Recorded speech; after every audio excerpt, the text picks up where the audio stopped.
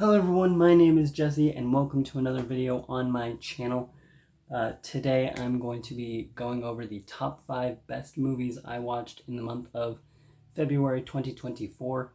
I know it's a little bit late by this point, we're about a week into March, but I figured it's better late than never. So I don't have any fancy intro or anything like that planned, so let's just hop right into it.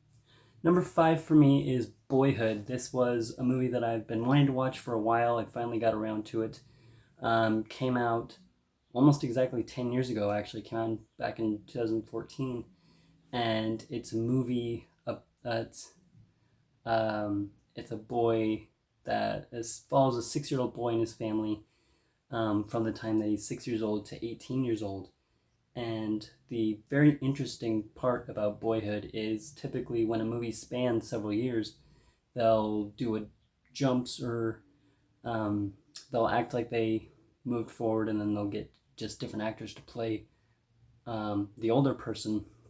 And this movie actually was filmed over the course of 12 years from 6 to 18. So they used the same exact actors for the entire time, which I think is awesome. And it's very interesting when you think about it, because there's so many things that can go wrong with doing that. I mean, you can lose footage, one of the actors can get sick, the director can say, no, I'm done, and back out halfway through. One of the actors can do that. So there's a lot of different pieces and parts that can go wrong, and a lot of things, there's a lot of planning involved with that, but they were able to pull it off, and the way they did it, I think, is awesome. Number 4 for me is Lars and the Real Girl. This is a Ryan Gosling movie that came out quite a few years back, and this is a bit of a different role for Ryan Gosling. I think most other movies I've seen Ryan Gosling in, he plays kind of like the cool guy, and he just kind of like exudes like confidence and coolness, like maybe except for like Barbie. But Crazy Stupid Love, La La Land, Drive, every other movie that I've seen him in, that's his personality. He's like the chill guy. This movie, he's very introverted, very shy, very awkward. He plays this introvert named Lars who has a very difficult time connecting with people and talking to people. And because of that, he doesn't have any friends, and he has never had a girlfriend. And his sister-in-law and brother are very kind of worried for him. And he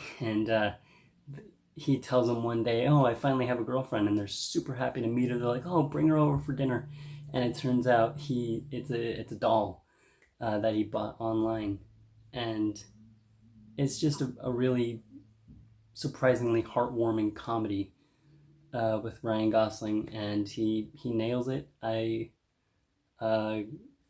not gonna lie, I got a little bit emotional towards the end, and it's just really fun. It's not necessarily one of my favorite Ryan Gosling movies, but I do think he does a good job in the role, and there are a lot of great jokes and bits throughout the movie as well. Number 3 for me, I just talked about it, is Barbie. It re-released in theaters again for like the third or fourth time, whatever. And one of my friends hadn't seen it yet, so I went and saw it with him and another friend. And I love this movie. I have a blast with it every time I watch it. I've seen it several times, and I just love everything about it. I love Margot Robbie and Ryan Gosling in the lead roles. It's funny, it's heartwarming, it's everything you want it to be, and it's an absolute blast of a movie. I love all the musical numbers. I even dressed up as Ken for Halloween last year, because that's how much I loved his character in this. And it's just a really great movie. It's a fun movie, and yeah, like I said, I have fun with it every single time I watch it. Number 2 is Drive, another Ryan Gosling movie. Apparently I was on a huge Ryan Gosling kick this month. But it's Ryan Gosling kind of moonlights as a getaway driver in the evenings, and he has a crush on his next door neighbor whose husband is in prison, and when he gets out of prison, he needs Ryan Gosling's help with a job or robbery. And it's a pretty short movie. It's only like an hour and 40 minutes, and it's a pretty simple plot. But Ryan Gosling nails the role. Carey Mulligan is great. Oscar Isaac, Bryan Cranston. I mean, everyone does fantastic in this movie. I love all the actors and all their characters, and it's got a great soundtrack as well. And it's just simple and easy, and it's quick. Like I said, hour and 40 minutes. So it's not necessarily a super rewatchable movie because it's not funny. It's not meant to be funny, but it is quite serious, and Ryan Gosling is awesome.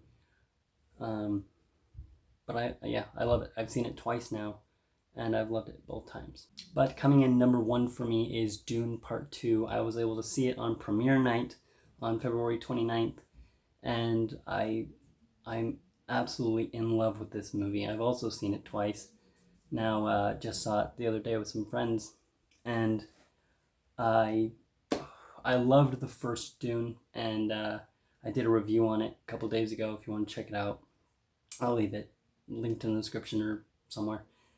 Go check that out. But I loved Denis Villeneuve, and I loved the first Dune movie. So Dune Part 2 was my most anticipated movie of 2024, and I was not disappointed. I love this movie. It's visually stunning. The score has become one of my all-time new favorite movie scores of all time. I've been listening to it on a loop since I saw it. All the actors are great here, and I would argue all their performances are actually better than the first movie. And this movie really expands the lore of the first movie and kind of helps you understand some of the things from the previous movie a little bit more as well. And because the first movie had the burden of handling all the world building and building the foundation of these planets, this galaxy, the second movie is just able to get straight to the action. So Dune Part 2 is all the action that you wanted from the first movie, and it just more in depth explains these characters' stories and takes you through them. And I love it. I can already see it. This movie is going to absolutely dominate at the Oscars next year, and it's a visual spectacle. I've seen a lot of people comparing it to Empire Strikes Back, and I totally see where they're coming from. It's very like that. I mean, it's science fiction, and you can tell that Star Wars took inspiration from the book that these movies are based on, and it's just incredible to look and watch. If you can see it in IMAX, you won't be disappointed. So there you go. Those are the top 5 best movies I watched in the month of February 2024. What were your favorite movies you watched this month? Let me know. And what movies are you most excited for the rest of 2024? Until next time, like this video, subscribe to my channel. It would really mean a lot. And I'll see you in my next video. Goodbye.